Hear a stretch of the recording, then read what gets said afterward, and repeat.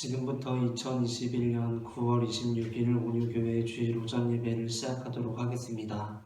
다 함께 찬송가 315장 내 주 되신 주를 참 사랑하고 찬송하시겠습니다.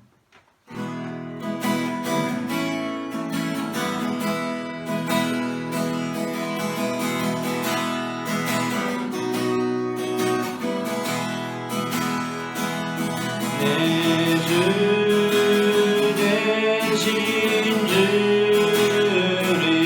참 사랑하고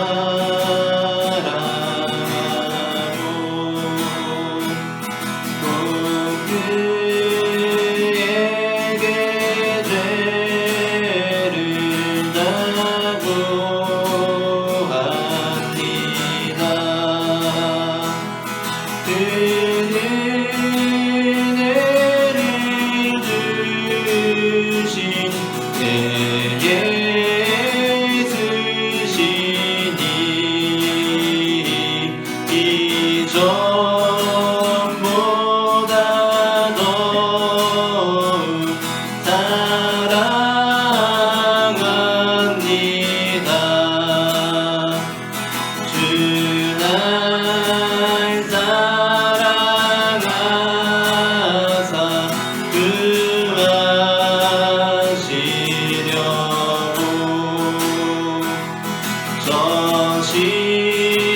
십자가 고난 당하셨도다. 그가 십안 쓰신 내 주 배용이 이전보다 더욱 사랑합니다. 그 평생에 힘쓸 그 큰 의무는 주 예수의 덕을 늘기림이라. 숨질 때에까지 내 할 말씀은 이전보다 더욱 사랑합니다. 그 영광의 나라 나 들어가서 그 풍성한 은혜 늘 감사히 금멸류관 쓰고 다 찬송할 말 이전보다 더욱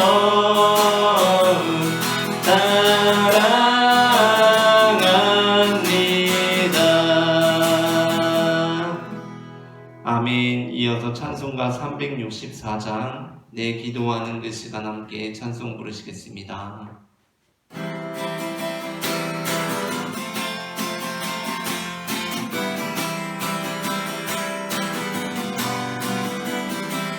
내 기도하는 그 시간 그때가 가장 뜨겁다. 이 세상 근심 걱정에 얽매인 나를 부르사 내 진정 소원 주 앞에 난 낫지 바로 아뢰려. 큰 불행 당해 슬플 때 나 위로받게 하시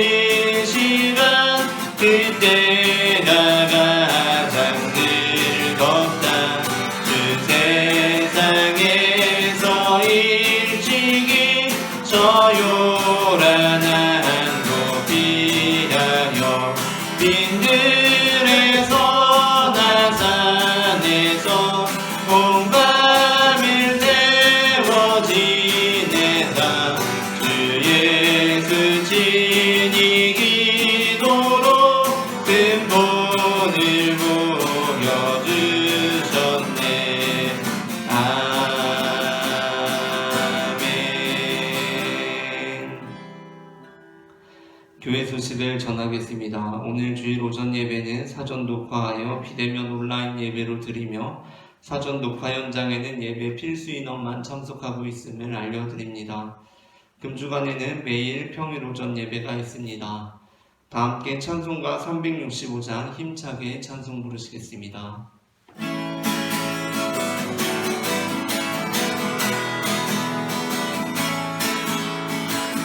마음속에 근심 있는 사람 주 예수 앞에 달려라. 들뜬 마음 내게 있더라도 주 예수께 하르라. 주 예수 앞에 달려라. 주리의 친구니 무엇이나 근심하지 말고 주 예수께 하르라. 눈물 나며 깊은 한숨 쉴 때 주 예수 앞에 달려라. 은밀한 죄 내게 있더라도 주 예수께 하르라. 주 예수 앞에 달려라. 주리의 친구니 무엇이나 근심하지 말고 주 예수께 하르라. 괴로움과 두려움 있을 때 주 예수 앞에 달려라. 내일 일을 염려하지 말고 주 예수께 하르라. 주 예수 앞에 달려라. 주리의 친구니 무엇이나 근심하지 말고 주 예수께 하르라. 죽음 앞에 겁을 내는 자여 주 예수 앞에 달려라. 하늘나라 바라보는 자여 주 예수께 하르라. 주 예수 앞에 달려라. 주리의 친구니 무엇이나 근심하지 말고 주 예수께 하르라. 주께서 자기 백성을 아신다 하며 또 주의 이름을 부르는 자마다 불의에서 떠날지어다 하였느니라. 큰 집에는 금그릇과 은그릇뿐 아니라 나무그릇과 질그릇도 있어 귀하게 쓰는 것도 있고 천하게 쓰는 것도 있나니 그러므로 누구든지 자기를 깨끗하게 하면 귀히 쓰는 그릇이 되어 거룩하고 주인의 쓰심에 합당하며 모든 선한 일에 준비함이 되리라. 아멘.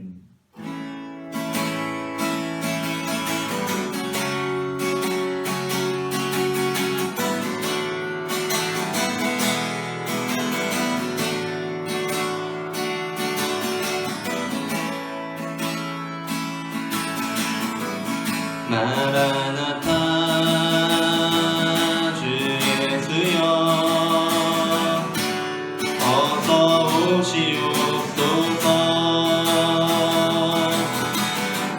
땅의 모든 끝 모든 족속 주를 찬송하게 하소서. 마라나타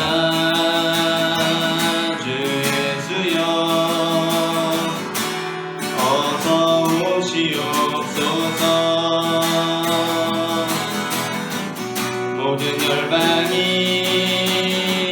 주께 돌아와 춤추며 경배하게 하소서. 우리 주님 다시 오실 길을 만들자. 십자가를 들고 땅끝까지 우린 가리라. 우리 주님 하늘 영광 온 땅 덮을 때 우린 땅끝에서 주를 맞으리. 마라나타 마라나타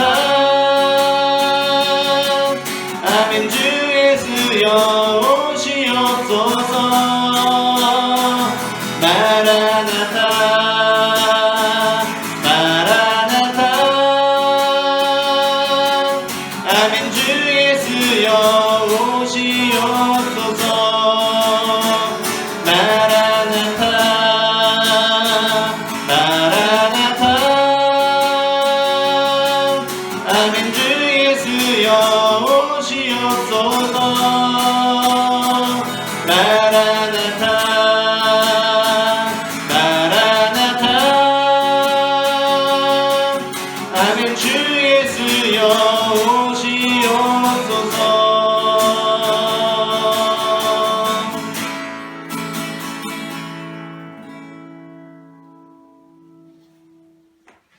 함께 기도드리겠습니다. 전능하신 하나님 우리 아버지, 세계 만물을 창조하시고 인간을 하나님 형상대로 지어 복주시며 이 땅을 정복하고 다스리며 번성하고 충만하라고 말씀하신 주 하나님께 찬송과 영광을 돌리나이다. 살아계신 하나님 우리 아버지, 나 같은 죄인을 불쌍히 여기셔서 사랑으로 붙잡아 주시고 은혜로 덧입혀 주셔서 독생자 예수 그리스도의 희생으로 우리 모든 죄와 허물 용서하시고 내가 너를 낳았으니 너는 내 것이라 불러주시니 감사드립니다. 이 시간도 우리를 예배의 자리로 불러 인도하여 주신 하나님 우리 아버지, 우리들은 하나님 앞에 나올 수 있는 자격이 전혀 없었지만 오직 예수 그리스도의 은혜를 힘입고 주 앞에 나왔사오니 우리를 받으시고 새로운 심령으로 거듭나게 하옵소서. 택한 족속 이스라엘을 죄의 땅 애굽에서 뽑아내어 가나안으로 인도하신 하나님 우리 아버지, 하나님을 원망하고 불평하며 불순종했던 저들을 광야로 이끌어 사흘길 가나안을 40년 동안 고생하며 광야를 걷게 하신 것처럼 전성을 향해 가는 우리들의 삶에도 산소망으로 기쁨만 충만해야 될 텐데 죄짐을 온전히 내려놓지 못하고 두 주인을 섬기는 종처럼 살아온 우리들은 걱정과 근심과 슬픔과 눈물의 시간으로 얼룩져 있음을 고백하며 용서를 구합니다. 누구든지 그리스도 안에 있으면 새로운 피조물이라 이전 것은 지나갔으니 보라 새 것이 되었도다. 주님과 함께 온전하게 십자가에 못 박아 죽음으로 하나님의 자녀로서 온전한 저희들 되게 하옵소서. 재능에 따라 달란트 주고 타국으로 떠났다가 돌아와 결산했던 주인을 비유로 말씀하셨던 주님, 우리에게 있는 모든 것이 다 주님의 것이오니 낮도 주님이 지으셨고 밤도 주님의 것이며 평안도 환난도 주께서 창조하셨나이다.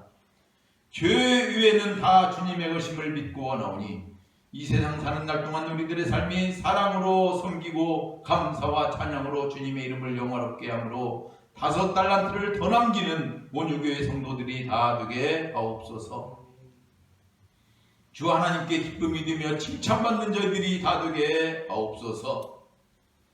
믿고 구하는 자에게 좋은 것으로 주겠다고 말씀하신 하나님 우리 아버지, 저희가 주님께 온전히 믿고 구하오니 코로나 감염병을 이제 소멸시켜 주옵소서.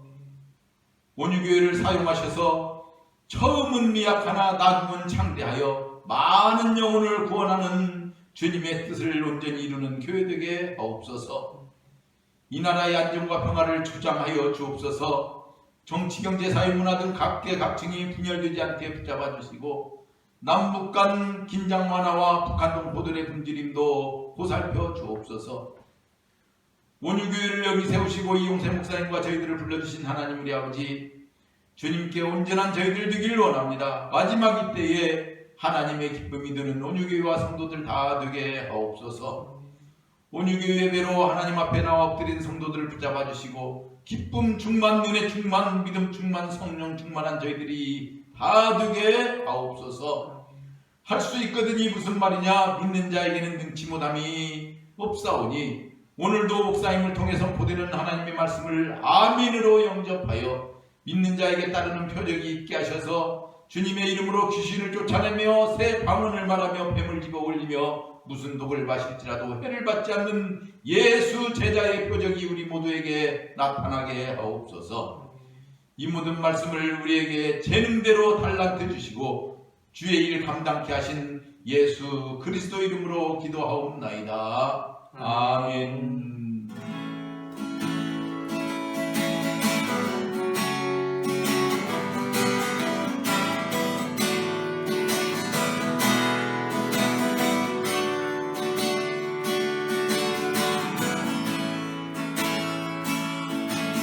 나는 여호와니 이는 내 이름이라. 나는 나의 영광을 다른 자에게 주지 않으리라.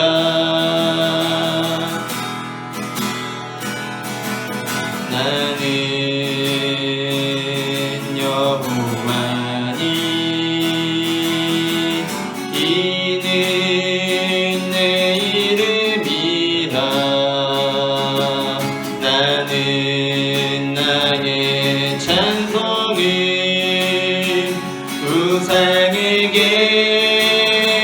주지 않으리라.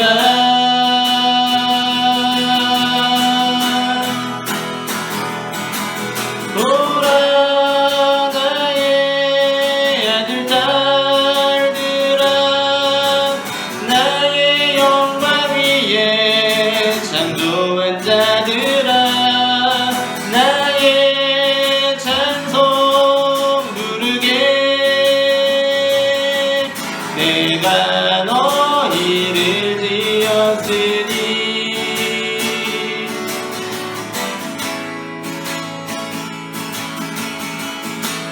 주께 가오니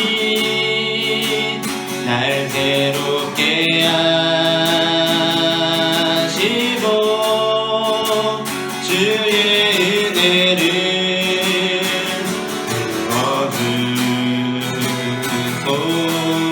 부어주소서.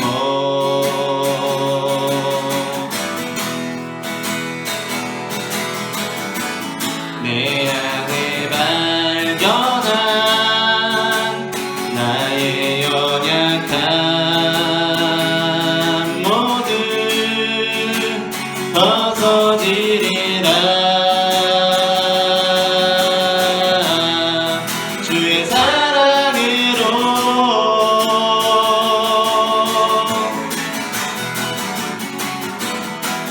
주 사랑 나를 붙드시고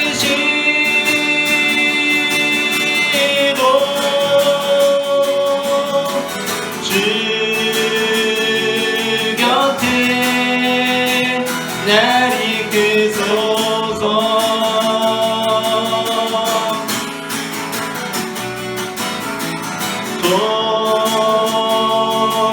독수리 날개쳐 올라가는 나 주님과 함께 일어나 걸으리. 주의 사랑 안에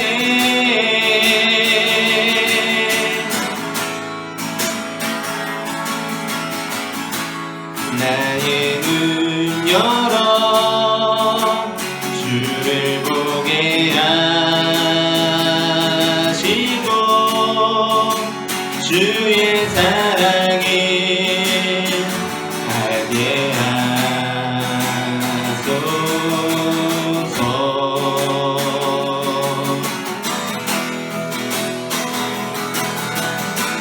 매일 나의 삶에 주 뜻 이루어지도록 새롭게 하소서. 주의 사랑으로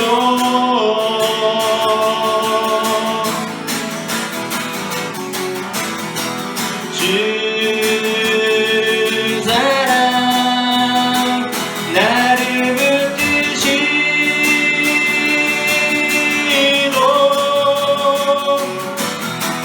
주 곁에 날 이끄소서.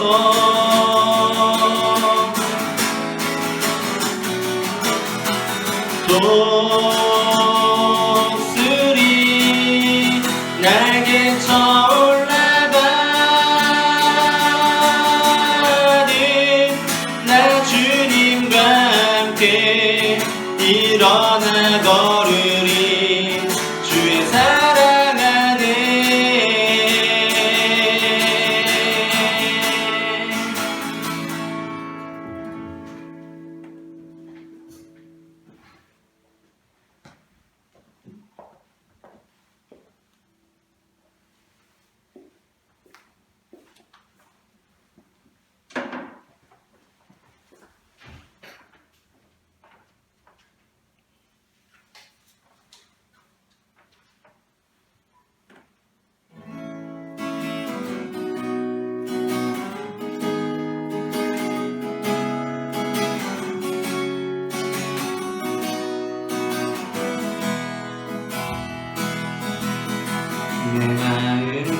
전부를 다시는 주님 나 당신께 숨길 것 하나 없네 주 보좌 앞에 나아가려니 모든 근심과 슬픔 사라지네 주 내 맘에 늘 계시고 나 주 안에 늘 거하니 놀라운 사랑 그 사랑 앞에 나 나가 목소리 높여 찬양 드리네 내가 어디에 있든 주 함께 하시니 내가 서 있는 이곳 바로 천국 주 보좌 앞에 나가 나절하니 주의 은혜와 사랑 넘쳐나네 주 내 맘에 늘 계시고 나 주 안에 늘 거하니 놀라운 사랑 그 사랑 앞에 나 나가 목소리 높여 찬양 드리네 그 은혜 보좌 앞에 나 나가 경배 드리네 아버지 아버지 나를 안으시고 바라보시는 아버지 아버지 아버지 나를 도우시고 힘주시는 아버지 아버지 아버지 나를 안으시고 바라보시는 아버지 아버지 아버지 나를 도우시고 힘주시는 아버지 주는 내 맘을 고치시고 볼 수 없는 상처 만지시네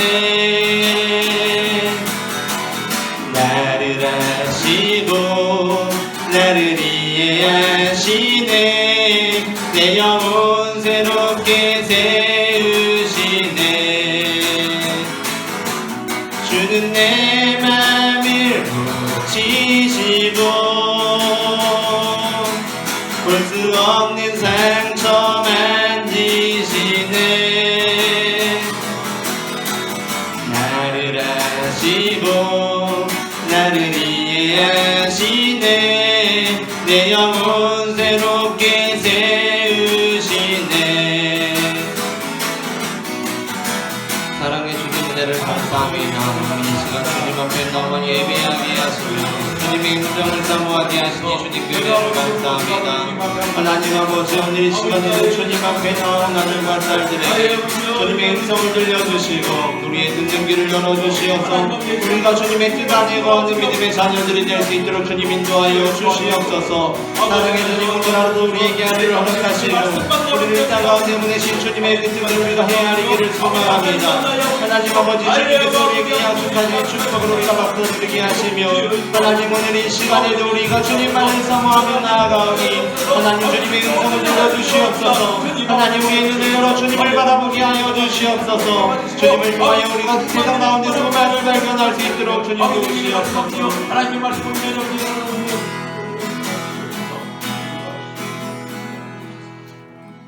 사랑의 하나님 감사합니다 이 시간 우리가 주님의 말씀 앞에 서게 하시니 감사합니다. 어두움 속에 빛으로 찾아오시는 주님께서 이 시간 넘어지는 나를 잡아주시고 약한 마음을 담대하게 하여 주실 것을 믿음의 눈으로 바라봅니다. 주님, 주님을 보게 하여 주시옵소서.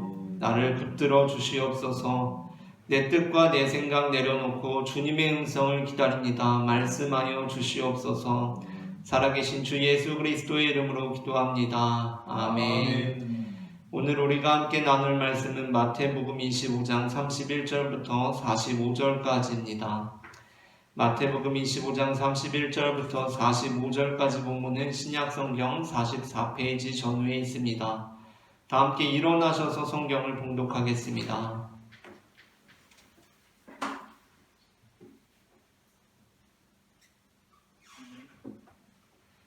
성경을 제가 한 절 여러분이 한 절 교독하도록 하겠습니다. 인자가 자기 영광으로 모든 천사와 함께 올 때에 자기 영광의 보좌에 앉으리니 모든 민족을 그 앞에 모으고 각각 구분하기를 목자가 양과 염소를 구분하는 것 같이 하여 양은 그 오른편에 염소는 왼편에 두리라. 그때에 임금이 그 오른편에 있는 자들에게 이르시되 내 아버지께 복받을 자들이여 나와 창세로부터 너희를 위하여 예비된 나라를 상속하더라. 내가 줄일 때에 너희가 먹을 것을 주었고 목마를 때에 마시게 하였고 나그네 되었을 때에 영접하였고 헐벗었을 때에 옷을 입혔고 병들었을 때에 돌보았고 옥에 갇혔을 때에 와서 보았느니라.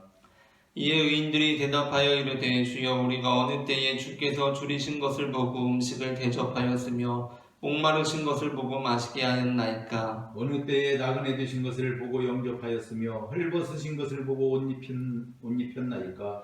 어느 때에 병드신 것이나 옥에 갇히신 것을 보고 가서 배웠나이까 하리니. 임금이 대답하여 이르시되 내가 진실로 너희에게 이르노니 너희가 여기 내 형제 중에 지극히 작은 자 하나에게 한 것이 곧 내게 한 것이니라 하시고 또 왼편에 있는 자들에게 이르시되 저주를 받은 자들아 나를 떠나 마귀와 그 사자들을 위하여 예비된 영원한 불에 들어가라. 내가 줄일 때에 너희가 먹을 것을 주지 아니하였고 목마를 때에 마시게 하지 아니하였고 나그네 되었을 때에 영접하지 아니하였고 헐벗었을 때에 옷 입히지 아니하였고 병들었을 때와 옥에 갇혔을 때에 돌보지 아니하였느니라 하시니. 그들도 대답하여 이르되 주여 우리가 어느 때에 주께서 줄이신 것이나 목마르신 것이나 나그네 되신 것이나 헐벗으신 것이나 병드신 것이나 옥에 갇히신 것을 보고 공양하지 아니하더이까. 이에 임금이 대답하여 이르시되 내가 진실로 너희에게 이르노니 이 지극히 작은 자 하나에게 하지 아니한 것이 곧 내게 하지 아니한 것이니라 하시리니. 함께 읽겠습니다. 그들은 영벌에 의인들은 영생에 들어가리라 하시니라. 아멘. 자리에 앉으시겠습니다. 이 시간 예배의 자리에 나오신 여러분을 축복합니다. 오늘 저는 앞서 읽은 마태복음 25장 31절부터 45절까지의 본문으로 의인들은 영생에 들어가리라 라는 제목의 설교를 하려고 합니다. 전해지는 말씀 가운데 하나님의 은혜가 있기를 바랍니다. 오늘 본문에서 예수님께서는 인자가 자기 영광으로 모든 천사와 함께 올 때에 자기 영광의 보좌에 앉으리니 모든 민족을 그 앞에 모으고 각각 구분하기를 목자가 양과 염소를 구분하는 것 같이 하여 양은 그 오른편에 염소는 왼편에 두리라 라고 말씀하십니다. 그런데 그때에 임금을 기준으로 모든 민족이 구분되어 어떤 이들은 양으로서 오른편에 그리고 또 어떤 이들은 염소로서 왼편에 서게 될 때 그 기준에 대해서 예수님께서는 어떻게 말씀하십니까? 예수님께서는 지극히 작은 자 하나에게 한 것이 곧 내게 한 것이며 지극히 작은 자 하나에게 하지 아니한 것이 곧 내게 하지 아니한 것이라 라고 말씀하십니다. 물론 그리스도인들은 이 땅에 살고 있는 지극히 작은 자들을 섬기며 그들을 돕는 삶을 살아야 합니다. 왜냐하면 그것이 곧 예수님께서 이 땅 가운데 오셨을 때 행하신 일이며 성경이 우리에게 가르쳐주고 있는 삶이기 때문입니다. 이사야 58장 3절부터 11절 본문은 좀 긴 본문이지만 이렇게 말씀하고 있습니다. 우리가 금식하되 어찌하여 주께서 보지 아니하시오며 우리가 마음을 괴롭게 하되 어찌하여 주께서 알아주지 아니하시나이까. 보라 너희가 금식하는 날에 오락을 구하며 온갖 일을 시키는도다. 보라 너희가 금식하면서 논쟁하며 다투며 악한 주먹으로 치는도다. 너희가 오늘 금식하는 것은 너희의 목소리를 상달하게 하려는 것이 아니니라. 이것이 어찌 내가 기뻐하는 금식이 되겠으며 이것이 어찌 사람이 자기의 마음을 괴롭게 하는 날이 되겠느냐. 그의 머리를 갈대같이 숙이고 굵은 배와 재를 펴는 것을 어찌 금식이라 하겠으며 여호와께 연락될 날이라 하겠느냐. 내가 기뻐하는 금식은 흉악의 결박을 풀어주며 멍에의 줄을 끌어주며 압제당하는 자를 자유하게 하며 모든 멍에를 꺾는 것이 아니겠느냐. 또 줄인 자에게 내 양식을 나누어 주며 유리하는 빈민을 집에 들이며 헐벗은 자를 보면 입히며 또 내 고륙을 피하여 스스로 숨지 아니하는 것이 아니겠느냐. 그리하면 내 빛이 새벽같이 비칠 것이며 내 치유가 급속할 것이며 내 공의가 내 앞에 행하고 여호와의 영광이 내 뒤에 호위하리니 내가 부를 때에는 나 여호와가 응답하겠고 내가 부르짖을 때에는 내가 여기 있다 하리라. 만일 내가 너희 중에서 멍에와 손가락질과 허망한 말을 제하여 버리고 줄인 자에게 내 심정이 동하며 괴로워하는 자의 심정을 만족하게 하면 내 빛이 흑암 중에서 떠올라 내 어둠이 낮과 같이 될 것이며 여호와가 너를 항상 인도하여 메마른 곳에서도 내 영혼을 만족하게 하며 내 뼈를 견고하게 하리니 너는 물된 동산 같겠고 물이 끊어지지 아니하는 샘 같을 것이라. 아멘. 아멘.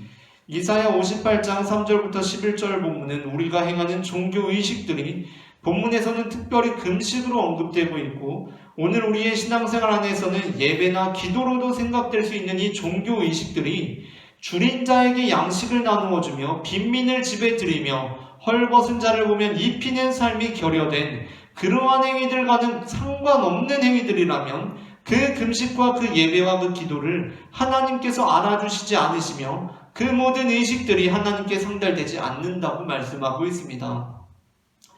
그러한 면에서 우리가 줄인 자에게 양식을 나누어 주며 빈민을 집에 들이며 헐벗은 자를 입히는 것은 우리 신앙의 매우 중요한 부분이라고 할 수 있을 것입니다.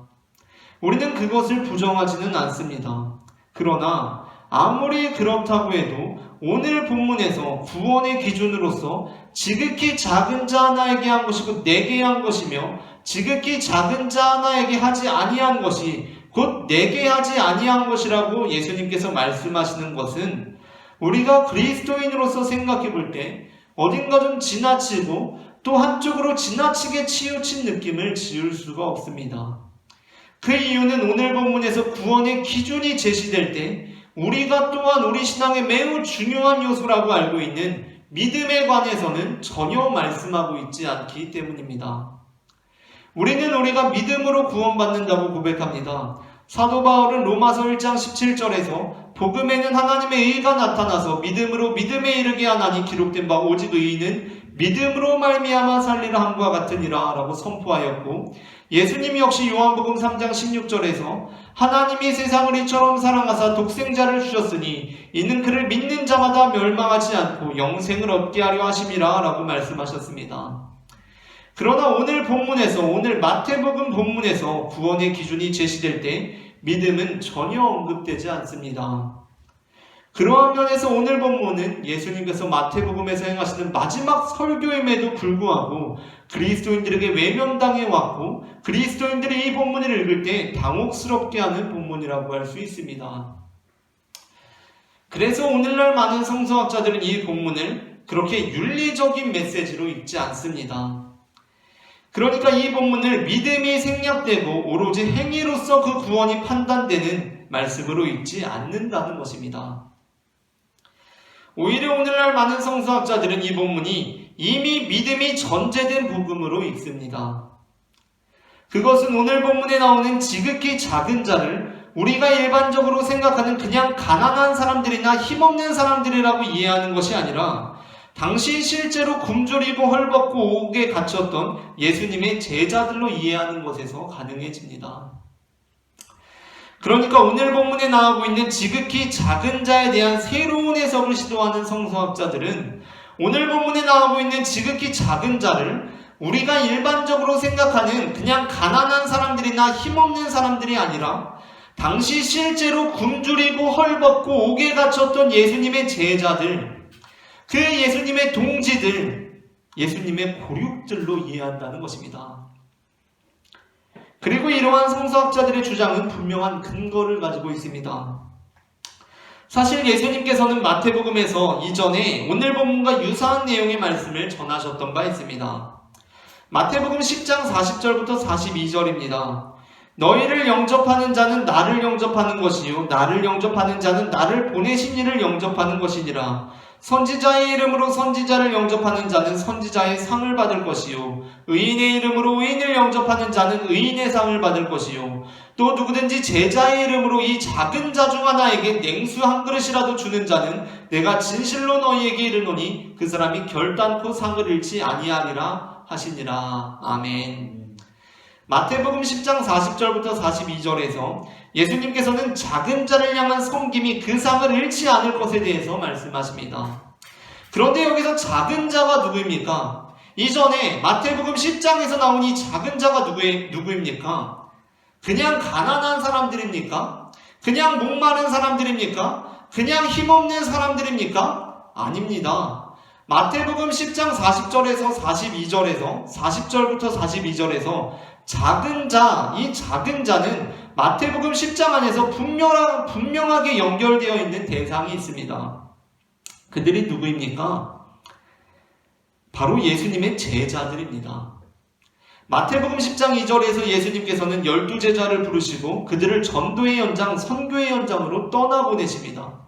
마태복음 10장 2절부터 6절입니다. 12사도의 이름은 이러하니 베드로라 하는 시몬을 비롯하여 그의 형제 안드레와 세베대의 아들 야고보와 그의 형제 요한, 빌립과 바돌로메, 도마와 세리마테, 알페오의 아들 야고보와 다데오, 가나나인 시몬 및 가룟 유다 곧 예수를 판자라. 예수께서 이 12를 내보내시며 명하여 이르시되 이방인의 길로도 가지 말고 사마리아인의 고을에도 들어가지 말고 오히려 이스라엘 집에 잃어버린 양에게로 가라. 아멘. 그리고 나서 예수님께서는 그들에게 있을 박해와 환난에 대해서 말씀하십니다. 16절부터 18절입니다.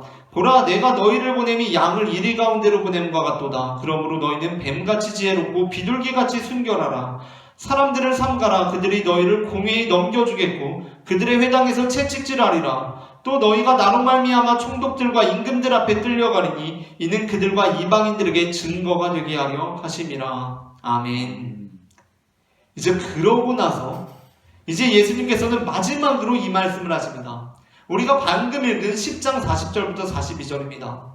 너희를 영접하는 자는 나를 영접하는 것이요 나를 영접하는 자는 나를 보내신 이를 영접하는 것이니라. 선지자의 이름으로 선지자를 영접하는 자는 선지자의 상을 받을 것이요 의인의 이름으로 의인을 영접하는 자는 의인의 상을 받을 것이요 또 누구든지 제자의 이름으로 이 작은 자 중 하나에게 냉수 한 그릇이라도 주는 자는 내가 진실로 너희에게 이르노니 그 사람이 결단코 상을 잃지 아니하리라 하시니라. 아멘. 그러니까 이 마태복음 10장에서 방금 읽은 이 40절부터 42절 본문에서 이 작은 자는 누구입니까? 너희가 이 작은 자에게 냉수 한 그릇이라도 줄 때 상을 잃지 않으리라 하실 때 이 작은 자가 누구입니까? 가난한 사람들입니까? 목마른 사람들입니까? 집이 없는 사람들입니까? 힘없는 사람들입니까? 그렇지 않습니다. 이 사람들은 바로 예수님의 제자들입니다. 하나님으로부터 보냄받은 선지자들입니다. 그리고 예수님께서는 바로 이 사람들을 향한 이 작은 자들을 향한 섬김의 손길이 상을 잃지 않으리라고 말씀하십니다. 우리는 지난 시간 달란트 비유에 관한 말씀을 들었습니다. 거기서 예수님께서는 종을 두고 떠나는 주인에 대해서 말씀하십니다. 종과 주인이 서로 떠납니다. 그리고 주인이 떠난 후에 종들은 각각의 달란트를, 그 고난과 역경의 삶들을 부여받습니다. 그 메시지를 통해 주님은 우리가 그것을 어떻게 이겨내고 극복해야 하는지 말씀해 주십니다. 이 모든 것이 지금 10장의 본문과 연결되어 있다는 것입니다. 자, 이제 그렇다면 예수님께서 베푸실 말씀은 무엇이겠습니까? 종과 주인이 서로 떠났습니다. 예수님께서 제자들을 떠나보냈습니다. 그리고 예수님께서 고난과 역경에 대해서 말씀하십니다. 그 종들이 고난과 역경이라는 달란트를 부여받았습니다. 10장에서는 그 이후에 그 종들에 대한, 그 작은 자들에 대한 섬김을 말씀하고 있습니다. 오늘 본문에서 예수님께서 베푸실 말씀은 무엇이겠습니까? 예수님께서 달란트 비유를 통해서 너희에게 5달란트나 되는 고난과 역경의 삶이 있을 수도 있다. 내가 너희를 보냄이 양을 이리 가운데로 보냄과 같도다 라고 말씀하셨습니다. 그렇다면 주님께서 이어서 주실 말씀은 무엇입니까? 그래도 어쨌든 구원은 각계전투다. 스스로 잘 이겨내고 극복해라 라고 하고 끝입니까? 이제 다른 주제로 넘어가는 것입니까? 아닙니다. 주님께서는 10장 40절부터 42절에서 그 고통 중에 있는 주님의 제자들을 향한 교회의 공동체적 책임과 연대에 대해서 말씀하셨습니다. 오늘 본문에서 역시 마찬가지라는 것입니다. 주님께서는 지금 달란트 비유를 통해서 그들이 겪게 될 고통과 환난에 대해서 말씀하신 후에 이제 교회 공동체가 그 특별한 고통을 경험하는 자들에게 어떠한 태도를 지녀야 하는지에 대해서 말씀하신다는 것입니다. 그것은 곧 이스라엘 민족들에게 주셨던 말씀으로 네 고륙이 고통 중에 있을 때 피하여 스스로 숨지 않는 것입니다. 하지만 본문은 그렇게 앞서 나온 내용을 다시 반복하는 수준에 머무르는 말씀만이 아닙니다.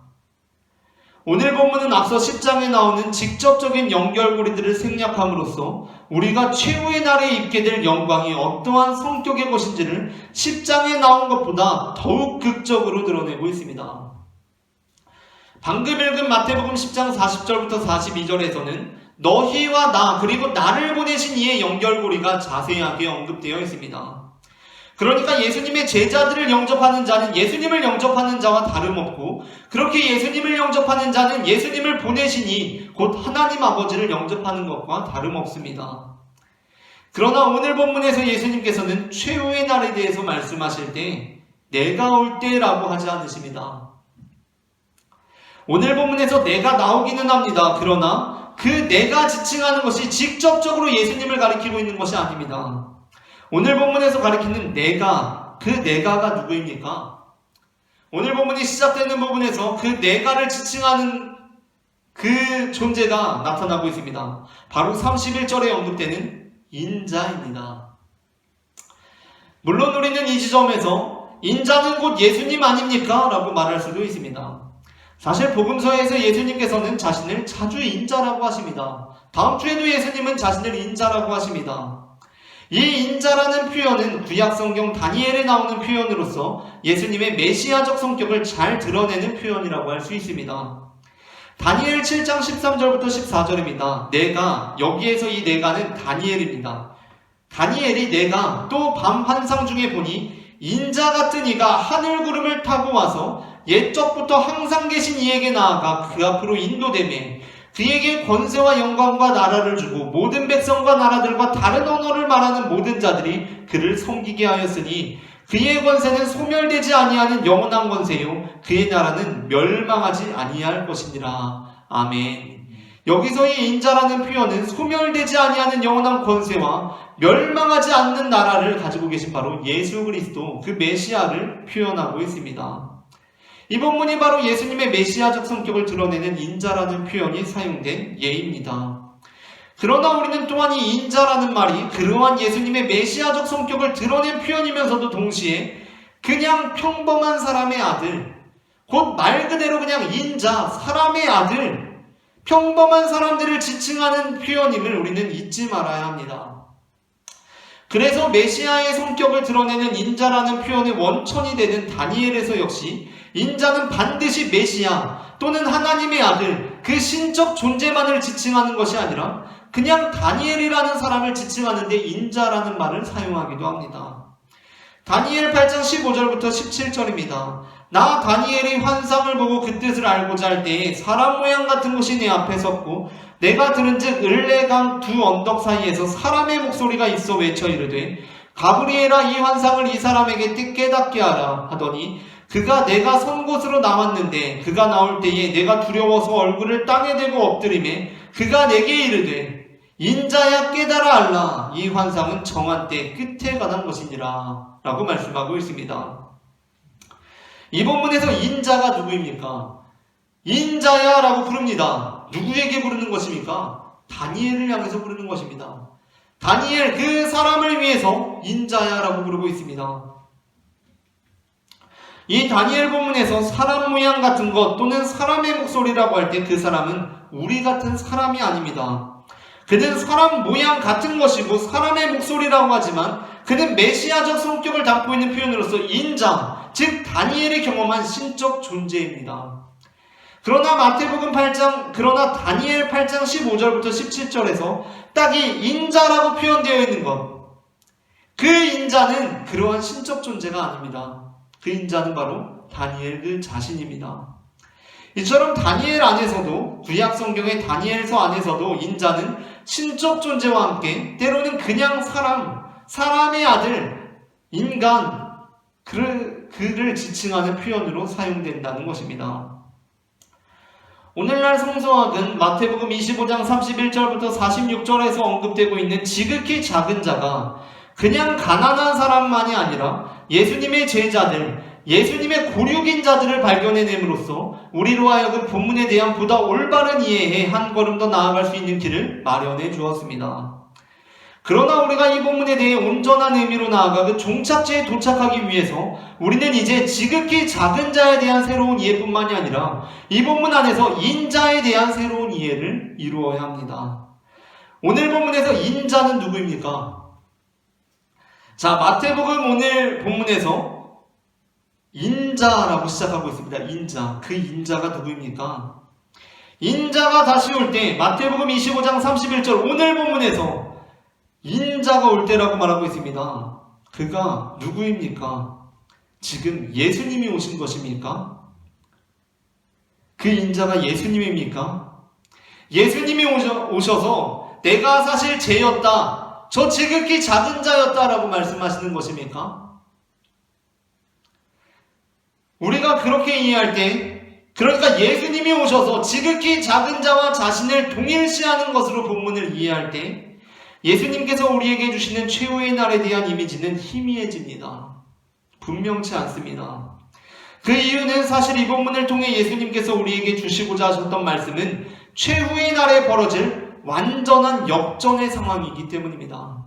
완전히 뒤집힌 상황을 예수님께서 말씀하시는 것입니다.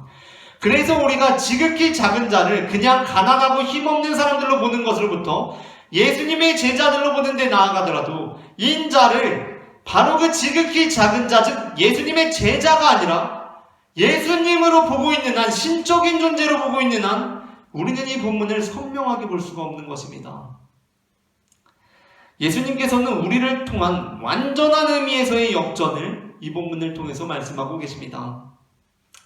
예를 들어서 우리 한번 이렇게 생각해 봅시다. 학창시절에 나를 굉장히 괴롭히고 못살게 구는 아주 불량한 아이가 있었습니다. 그런데 시간이 흘러서 이런 이야기 있지 않습니까? 얘는 성실하게 공부를 해가지고, 나는 성실하게 공부를 해가지고 판사가 됐습니다.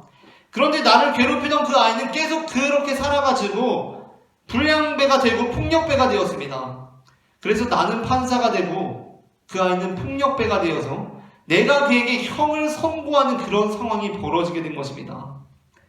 말 그대로 모든 상황이 완전히 역전된 순간입니다. 주님께서 우리에게 주시는 메시지는 이러한 메시지에 가깝다는 것입니다. 그런데 우리는 계속해서 이 본문을 읽을 때 어떻게 읽으려고 하냐면, 내가 판사가 된 것이 아니라 사실은 우리 아빠가 판사이거나 우리 삼촌이 판사이거나 우리 형이 판사라고 계속해서 생각하려는 경향이 있다는 것입니다. 물론 이렇게 될 때에도 이 상황의 이미지가 완전하게 손상되는 것은 아닙니다. 그러나 나는 여전히 그에게 괴롭힘을 당했던 학생으로 있고, 괴롭힘을 당하는 학생으로 있고, 예를 들어서 내가 괴롭힘 당하니까 우리 삼촌이 막 싸움 굉장히 잘해가지고 우리 학교에 와가지고 걔네를 아주 혼쭐 내줬습니다. 나를 괴롭히는 애들을 혼쭐 내줬습니다. 그래도 물론 역전은 역전입니다. 역전이긴 한데 이게 뭔가 완전한 역전 같지는 않고, 내 상황이 지금 어떻습니까? 우리 삼촌이 와서 걔네 혼쭐 내줬습니다. 좋습니다. 기쁩니다. 그런데 또 다음날 막상 삼촌은 이제 회사 가고 나는 학교 가려고 하면 어떤 느낌이 드시겠습니까? 한편으로는 우리 삼촌이 쟤네 다 혼쭐 내줬으니까 걱정 없어 라고 갈 수도 있겠지만, 한편으로는 어떻겠습니까? 아, 이제 삼촌은 회사 갔고 이제 나 다시 내일 또 학교 가야 되는데 쟤네 또 만날 텐데 라는 걱정과 염려가 마음속에 들지 않겠습니까? 그런 역전은 역전인데 약간 좀 애매한 상황으로 빠져든다는 것입니다. 예수님께서 우리에게 말씀하시는 역전은 그러한 역전이 아니었습니다. 마태복음 19장 28절에서 예수님께서는 어떻게 말씀하십니까? 예수님께서 이렇게 말씀하십니다. 내가 진실로 너희에게 이르노니 세상이 새롭게 되어 인자가 자기 영광의 보좌에 앉을 때에 나를 따르는 너희도 12보좌에 앉아 이스라엘 12진파들을 심판하리라. 아멘. 내가 진실로 너희에게 이르노니 세상이 새롭게 되어 인자가 자기 영광의 보좌에 앉을 때에 나를 따르는 너희도 12보좌에 앉아 이스라엘 12지파를 심판하리라. 아멘.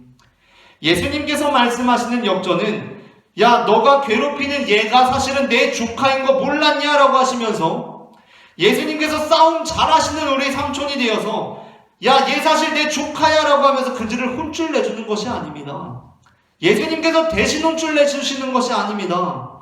거기서 나는 여전히 그냥 지극히 작은 자로 힘없는 존재로 나약한 존재로 무력한 존재로 주님 등 뒤에서 울고 있는 찌질이가 아니라는 것입니다. 주님께서 말씀하시는 역전은 다른 어느 누가 아니고 내가 판사가 되는 것입니다. 완전한 역전이 일어나는 것입니다. 내가 검사가 되는 것입니다. 내가 인자로 오는 것입니다. 주님이 지극히 작은 자인 나에게 동일시해 주시는 것이 아니라 지극히 작은 자인 내가 인자와 동일한 존재가 되는 것이라는 것입니다. 그렇게 괴롭힘을 당하던 내가 나중에 운동 열심히 해서 격투기 선수가 되었는데 어쩌다 보니 격투기 대회에서 그 불량배를 만나게 된 것입니다. 그런데 그 링 위에서 다른 누가 아니고 바로 내가 인자가 그 지극히 작은 자였던 바로 내가 그라서 그 내가 아주 그냥 그를 혼쭐을 내주는 장면, 그것이 바로 오늘 메시지에서 전해주는 말씀이라는 것입니다. 물론 이 지점에서 어떤 이들은 양과 염소들이 인자를 지극히 작은 자로 알아보지 못한 것을 근거로 지극히 작은 자가 어떻게 인자와 직접적으로 동일한 존재로 연결될 수 있냐고 물을 수도 있을 것입니다. 그러니까 얘가 개면 그때 가서 내가 도와줬던 사람이네, 내가 안 도와줬던 사람이네, 곧바로 알아보아야 하는 것 아니냐라고 반문할 수도 있습니다. 그러나 예수님께서 부활하셨을 때조차도 예수님과 함께 있던 자들조차 예수님을 곧바로 알아보지 못했던 것을 볼 때 양과 염소들이 인자를 지극히 작은 자로 알아보지 못한 것을 근거로 지극히 작은 자를 인자와 직접적으로 동일한 존재로 볼 수 없다는 주장은 타당하지 못하다고 할 수 있습니다. 우리는 이전 2시간에 걸쳐서 슬기 있는 자들 그리고 10달란트 가진 자라는 설교를 통해 특별히 감사라는 주제에 대해서 다루었습니다. 우리는 감사하는 자들이며 심지어 우리에게 찾아오는 고난과 역경 속에서도 감사할 수 있는 능력의 사람들이 되어야 한다는 말씀을 들었습니다. 그러나 그렇다고 해서 우리가 단순히 그렇게 정신승리에 만족하는 자들이 되어야 한다는 것이 아님을 우리는 명심해야 합니다. 저는 지난 2시간 감사에 대한 주제를 다루면서도 그 메시지들이 우리로 하여금 정신승리에 만족하는 자들이 되게 하지 않을까 조심스러웠습니다. 그 이유는 우리가 우리에게 찾아오는 고난과 역경 속에서도 감사할 수 있어야 한다는 것이 우리로 하여금 정신승리에 만족하는 자들이 되는 것으로 잘못 인도할 수 있으며 나아가 패배주의와 냉소주의의 구렁텅이에 빠져들게 할 수 있기 때문이었습니다. 우리는 물론 정신승리를 이루는 사람들입니다. 그러나 우리는 정신승리만 하는 자들이 아니라는 것입니다. 열왕기하 5장 1절부터 14절은 우리에게 아람 왕의 군대 장관 나아만에 관한 말씀을 들려줍니다. 나아만은 군인으로서 크게 성공한 자였는데 그는 큰 용사였지만 또한 나병 환자이기도 했습니다. 피부병 환자였습니다. 그런데 그가 어린 여종을 통하여서 하나님의 선지자 엘리사에 관한 말씀을 듣게 되고 그에게 나아간다면, 그에게 요청한다면 자신의 나병이 고침받으리라는 소망을 갖게 되었습니다. 그래서 그는 하나님의 사람 엘리사를 찾아갑니다. 그때 하나님께서 나아만에게 이루신 일이 무엇입니까? 하나님께서 아주 신비한 음성으로 또는 엘리사를 통하여서 자신에게, 나아만에게 있는 나병을 긍정적으로 바라볼 수 있는 시각을 열어주신 것입니까? 나아만아, 너는 비록 나병 환자지만 힘있는 몸을 지녔지 않으냐? 그것으로 감사하며 살아야 한다라는 것이었습니까? 긍정적으로 생각해라 라는 것이었습니까? 그것이 아닙니다. 하나님께서는 어떻게 하십니까? 정신승리하라고 말씀하시는 것이 아닙니다. 하나님께서는 현실적인 승리를 주십니다. 하나님께서는 그의 나병을 고쳐주신 것입니다. 심지어 본문은 그것이 단순한 고침받은 사건이 아니라 완전한 의미의 역전 상황을 나타내 보여주고 있습니다. 나아만의 고침받은 모습에 대해서 본문은 이렇게 기록하고 있습니다. 14절입니다. 나아만이 이에 내려가서 하나님의 사람의 말대로 요단강에 7번 몸을 잠그니 그의 살이 어린아이의 살같이 회복되어 깨끗하게 되었더라. 아멘. 이 어린아이의 살같이 회복되어 깨끗하게 되었더라 라는 이 표현이 의미하는 바가 무엇입니까? 그 피부가 완전히 달라졌다는 것입니다. 적당히 달라진 게 아닙니다. 완전히 달라진 것입니다. 완전한 역전이 일어난 것입니다. 지금 애매한 동점을 이루게 된 상황이 아닙니다. 4쿼터 1초 남겨두고 레이업을 넣어가지고 가까스로 동점이 되었고 이제 또 연장전을 준비해야 하는 상황이 아니라는 것입니다.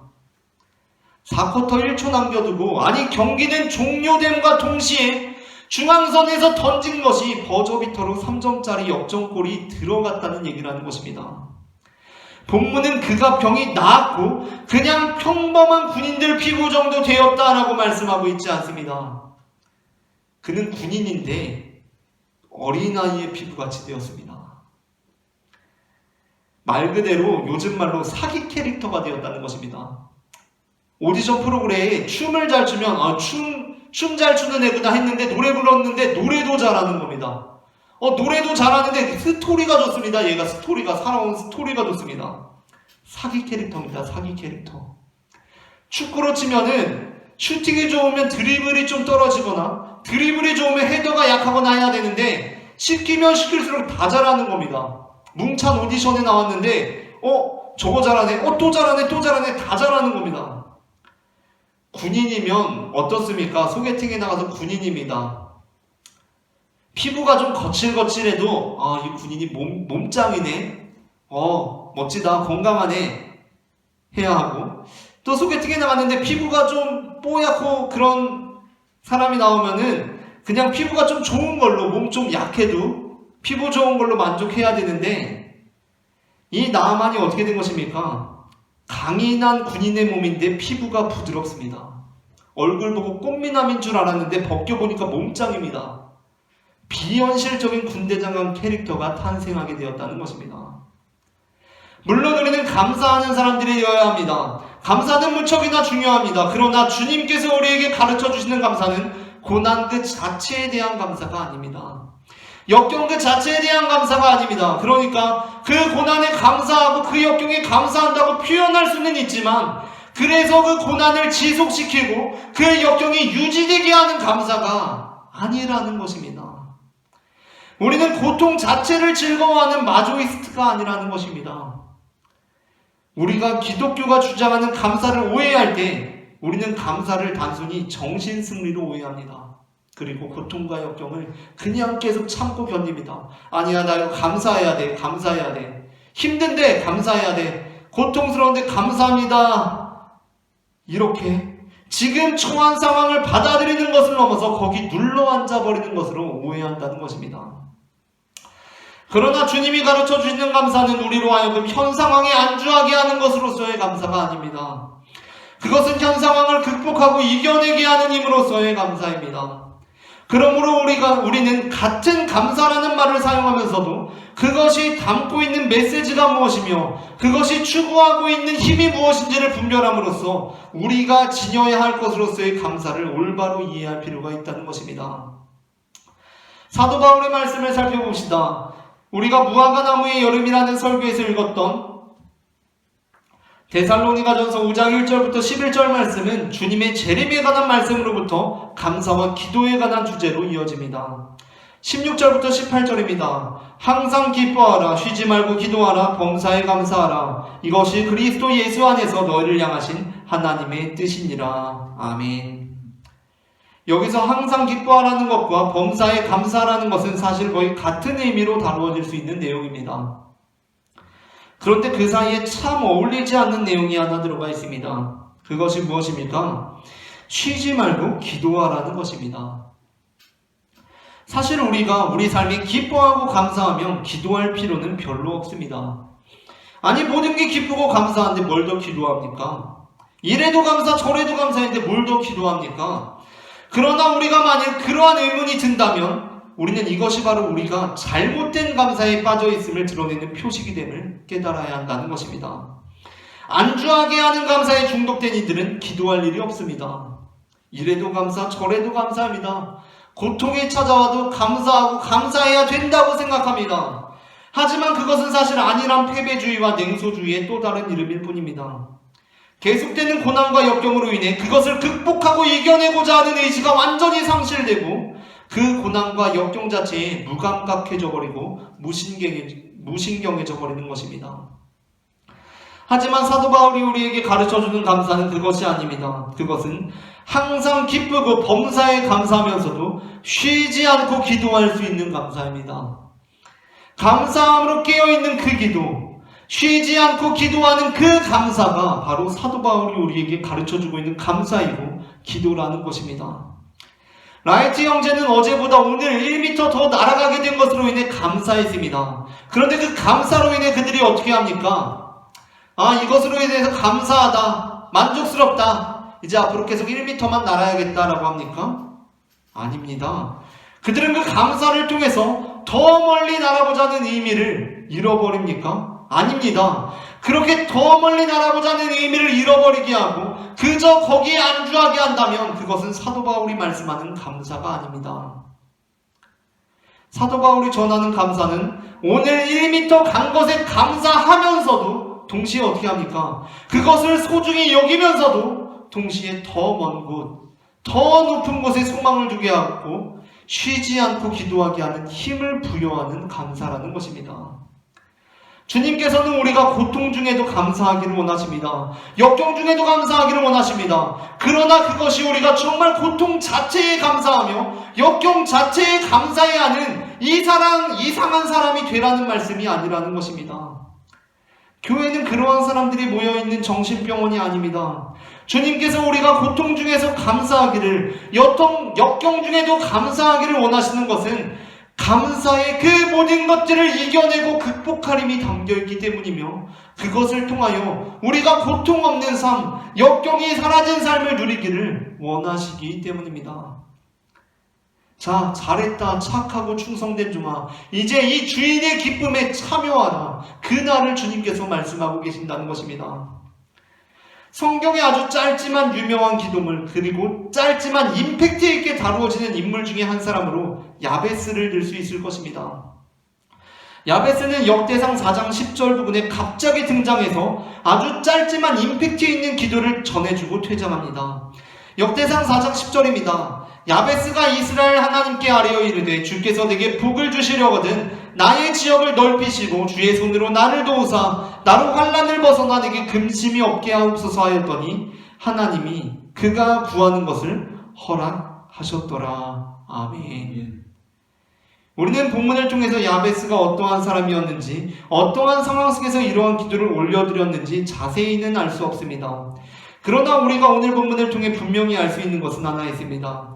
그것은 주님께서 그 야베스가 환난 중에 있을 때 그 환난을 벗어나 근심이 없게 하옵소서라고 기도할 때 그가 구하는 것을 허락해 주셨다는 것입니다. 주님께서는 그에게 그래도 어떻게 좀 환난 자체에 감사할 수는 없겠냐? 좀 긍정적으로 생각할 수는 없겠냐? 정신승리를 이루어봐라 라고 회유하지 않으셨습니다. 주님께서는 그가 구하는 대로 환난을 벗어나 근심이 없게 해 주셨습니다. 우리가 이러한 야베스와 같은 사람들이 되기를 소망합니다. 우리에게 고통이 있습니다. 환난이 있습니다. 그럼에도 불구하고 우리는 주님께서 우리에게 부여해 주신 삶에 감사합니다. 그러나 그렇게 감사함으로 고통과 환난에 자리를 깔고 머무르는 자들이 되는 것이 아니라 그 감사를 동력 삼아서 주님께 부르짖고 기도함으로 결국에는 그 고통과 환난을 벗어나고 지극히 작은 자로부터 인자가 되어 영광의 보좌에 앉으며 마침내 영생에 들어감으로 완전한 역전을 경험하는 하나님의 사람들이 되기를 소망합니다. 이처럼 하나님께서는 우리가 삶에 대한 감사를 잃지 않으면서도 쉬지 않고 기도하는 그 부르짖음으로 그 환난을 벗어나기를 원하시며 마침내 우리 삶에 완전한 역전을 이루어내시는 분임을 저는 마태복음 25장 31절부터 45절 말씀을 근거로 고백합니다. 오늘 전해진 말씀 가운데 하나님의 은혜가 임했기를 바랍니다.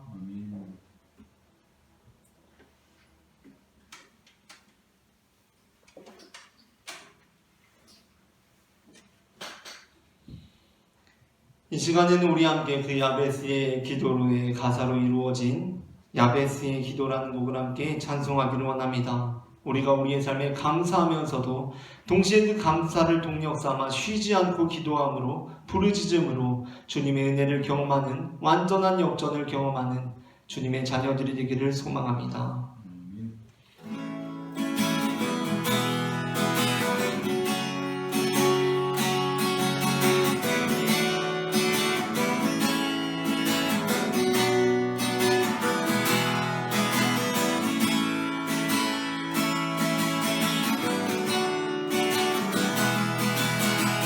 내가 엄마 품속에서 고통 중에 태어났지만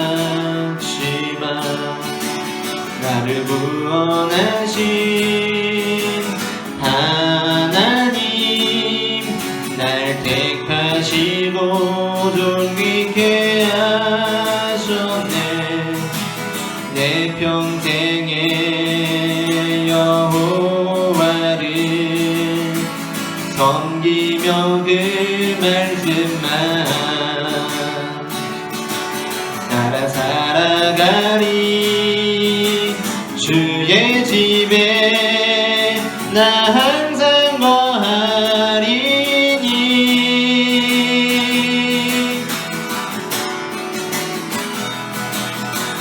원컨대 주께서 나에게 복에 복을 더하사 나의 지경을 넓히시고 주의 손으로 나를 도우사 나로 환난을 벗어나 근심이 없게 하옵소서.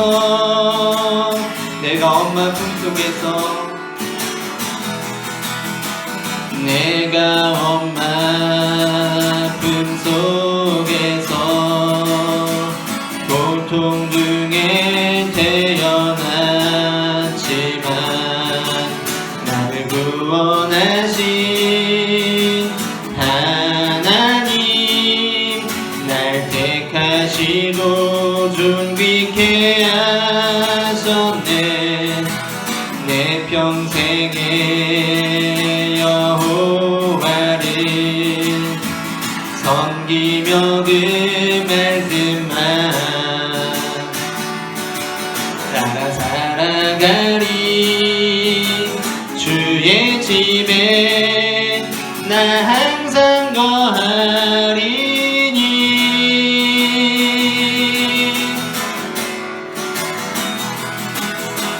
원컨대 주께서 나에게 복에 복을 더하사 나의 지경을 넓히시고 주의 손으로 나를 도우사 나로 환난을 벗어나 근심이 없게 하옵소서. 내가 전심으로 여호와께 구하였더니 내 하나님께서 들으시고 내가 구하는 모든 것 허락하셨도다.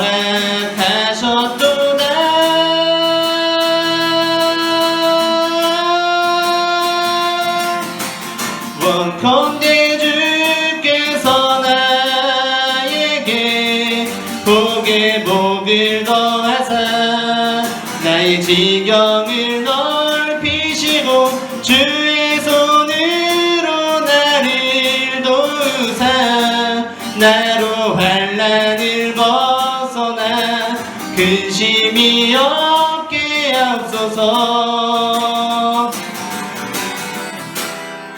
기도를 멈추지 마라. 눈앞의 상황이 마름을 구하도 원망치 마라. 너의 입을 지켜라.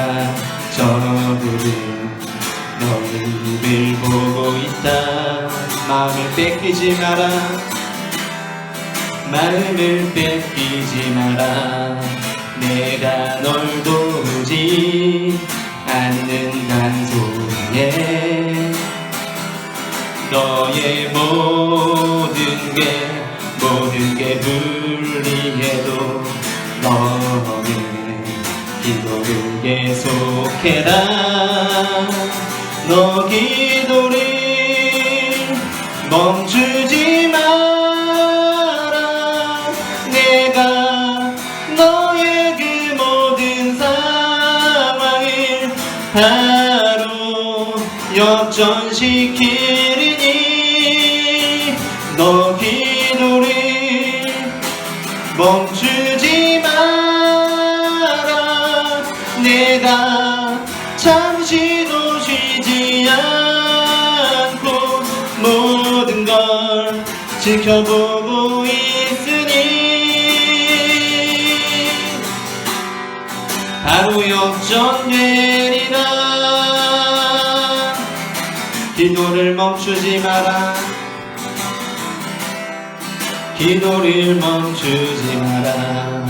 눈앞의 상황이 마음을 눌러도 원망치 마라. 원망치 마라. 너의 입을 지켜라. 저들은 너의 입을 보고 있다. 마음을 뺏기지 마라. 마음을 뺏기지 마라.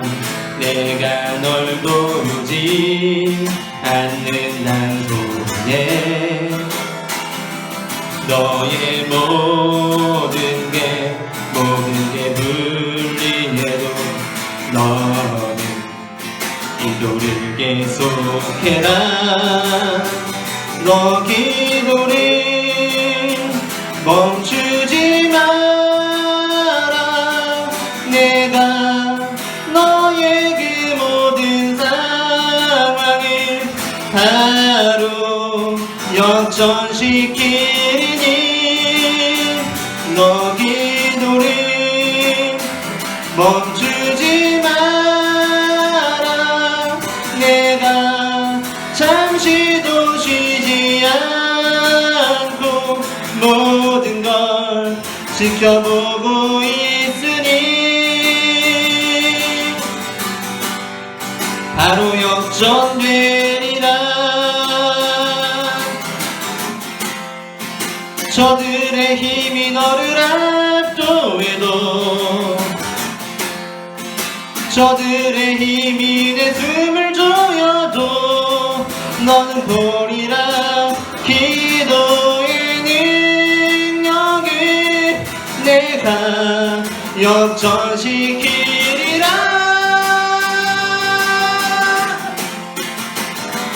너 기도를 멈추지 마라. 내가 너의 그 모든 상황을 바로 역전시키리니 너 기도를 멈추지 마라. 내가 잠시도 쉬지 않고 모든 걸 지켜보고 있으니 바로 역전되리라. 이 시간 우리 함께 기도하기로 합니다. 사랑의 주님, 우리가 쉬지 않고 기도하는 주님의 자녀들이 될 수 있도록 주님 인도하여 주시옵소서. 하나님, 우리가 계속해서 기도하기로 합니다. 낙심치 않고 기도하기로 합니다. 주님 앞에 나아가 부르짖어 기도하기를 소망합니다. 하나님 아버지, 우리가 지치지 않고 기도할 수 있도록 우리의 심령을 붙들어 주시옵소서. 하나님 아버지, 우리를 바라보시는 주님을 우리가 신뢰할 수 있도록 주님 인도하여 주시옵소서. 하나님 아버지, 이 시간에도 낙심하고 주저하는 것이 아니라 우리에게 고통과 절망들이 찾아올지라도 사랑의 주님, 주님만을 믿고 나아가는 믿음의 자녀들이 될 수 있도록 주님 인도하여 주시옵소서. 계속 기도하기를 원합니다. 주님 쉬지 않고 기도하기를 원합니다. 하나님 나의 이틀 가운데 기도의 양기가 끊이지 않기를 소망합니다. 주여 나의 이틀을 시작하여 주시옵소서. 주여 나의 삶에 인재하여 주시옵소서. 하나님 아버지 나의 삶을 주님의 거룩한 저도로 삼으시고 나의 기도를 들어주시옵소서. 하나님께서 기도하기를 원합니다. 쉬지 않고 기도하기를 원합니다. 하나님 나의 이틀 가운데 주님의 양기도가 떠나지 않기를 소망합니다. 하나님 아버지 부르짖어 기도함으로 주님께서 우리의 삶에 역사하시는 그 현장을 목도할 수 있기를 소망합니다. 주여 역사하여 주시옵소서. 하나님 아버지 우리의 삶 가운데 임재하시는 님을 경험하게 하여 주시옵소서. 이 시간 계속해서 기도하기를 원합니다. 주님의 신령한 인사들을 사모하며 기도하기를 원합니다. 하나님 목사의 이틀 가운데 주님의 능력이 임할 수 있도록 주님 역사하여 주시옵소서. 하나님